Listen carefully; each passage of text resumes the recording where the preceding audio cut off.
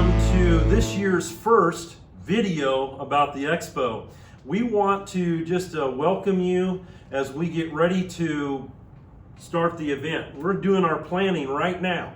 And one of the things that Ryan and I are trying to do is get some feedback from you. So we've created a Google form that allows us to get some information that will be essential to how this year's Expo is going to proceed. That's right, and one of the questions we're going to ask on that survey is in regards to lunch. We've been thankful to have some donors that have helped us cover the expense of lunch the last 2 years, and we want to know if that's been a benefit to you and your students, and if we should continue to provide that in 2024. So if you could help us out by answering that question, we would really appreciate your help on that. Yeah, so one of the things that we're trying to do is get as many students involved as possible. So one of the things that we're really not focused on in the last few years is STEM. We know that a lot of schools teach a lot of different things. They may not look exactly like Southeast Spoke High School. So you may not have that big welding program or construction or metals and that type of things. You may have a little different setup. Maybe it's more in classroom work.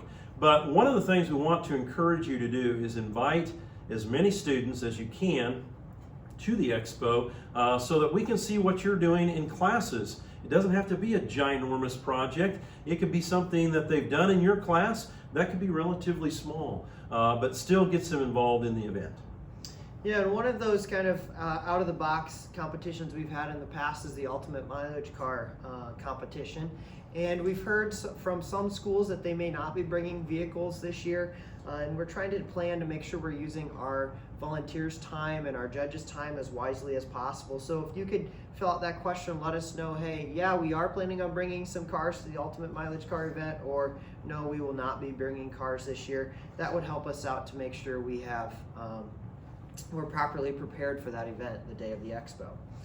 Speaking about contests, we have tried to integrate contests in the last few years at the Expo. We've had everything from plumbing to electrical to precision measurement and a variety of other contests. And so as we begin to plan for this year's Expo and making it as the best it can possibly be for your students, we want to make sure we're covering contests that work with your program. So if you've got a contest that you've always wanted to see at the Expo, please reach out to us on this Google form. Let us know what that contest is, and we'll see if we can get that part of this year's event. That's right. And one of the contests that will be making a return this year is VEX Robotics. I know we haven't had it the last few years, and many schools in Iowa are using VEX Robotics components, so that one will be making a return for 2024. We'd also like to find out if there's any barriers preventing you and your students from participating in the Tech Expo. We know that transportation or subbing or all kinds of issues can prevent students and teachers from participating that day, but we want to find out what those core problems are, and if we can come up with a solution, we're going to work towards that. Some things we can help and some things we can't, but we'd like to find out what those barriers are from you first.